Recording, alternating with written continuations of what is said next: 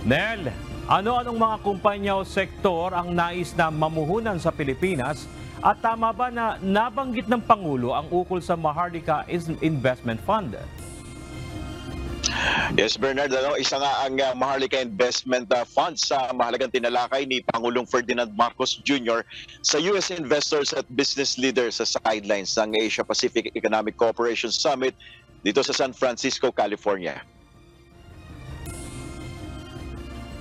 Ayon kay Pangulong Marcos, may natukoy na mga proyekto na maaaring paglagakan ng kauna-unahang Sovereign Wealth Fund ng Pilipinas.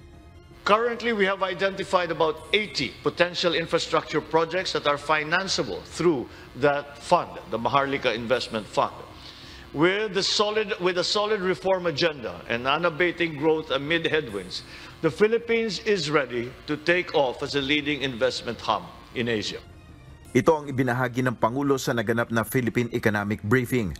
Ayon sa Pangulo, handa na ang Pilipinas upang mangunang investment hub sa Asia.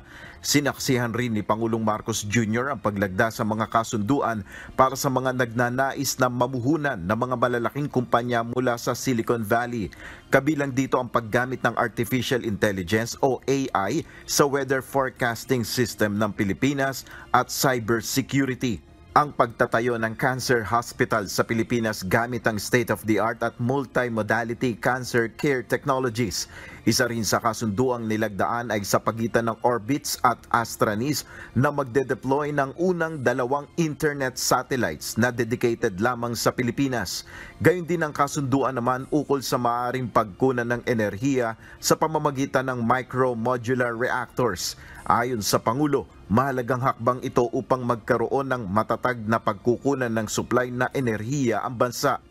USNC and Meralco are undertaking a pre-feasibility study on micro-modular reactors, and this partnership is a significant step towards exploring clean and sustainable energy options for the Philippines.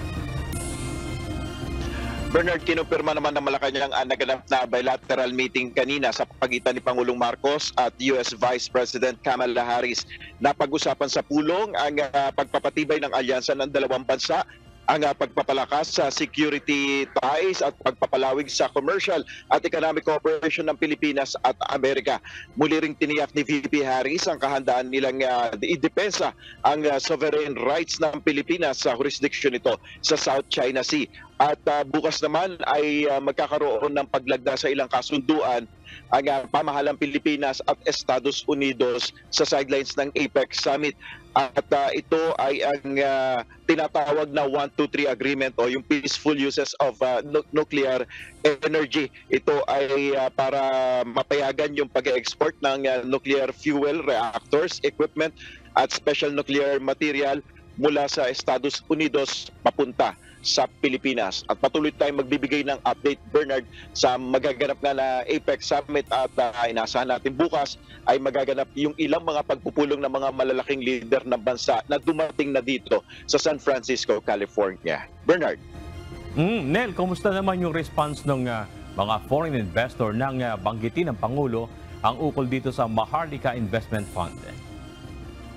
Doon sa discussion, Bernard, with business leaders ay naging positibo naman yung pananaw ng mga business leaders dito sa Estados Unidos at marami nga yung mga nagnanais na mamuhunan sa Pilipinas, pero particularly dito sa tinukoy ng Pangulo na 80 infrastructure projects ay wala pa tayong detalye kung may mga nagnanais na mamuhunan rin dyan sa particular na mga proyekto na yan, Bernard. Isa sa nabanggit mo din na maganda ay yung pagde-deploy ng unang 2 internet satellites na dedicated lamang sa Pilipinas. Meron ka bang nakuha ang detalye kung ito ay another service provider para sa publiko o para gagamitin lang sa mga opisina ng gobyerno? Ito ay magiging isa pa sa mga internet service provider sa Pilipinas. Ang sa impormasyon natin, initial information ay magiging partnership dito, yung DOST, di ba, yung sa kanila sa Agila Satellite, at yun nga yung isa sa mga tinitingnan nila na magiging partnership, yung isa sa mga government agencies natin. At ito ay sabi nga ng Pangulo doon sa kaniyang talumpati ay masiservisyohan dito, lalo na yung mga lugar yung mga remote areas na walang internet connections. Alam naman natin, mahirap yung internet connections natin dyan sa Pilipinas, lalo na yung mga liblib na lugar. Pero sa pamamagitan nitong satellite internet na hopefully, sabi nga ng Pangulo, ay sana mag-workout ito at magtuloy-tuloy yung implementasyon ng proyekto na ito ay magamit din sa mga liblib na lugar, Bernard. Magandang balita yan, Nel, at sana nga ay matuloy.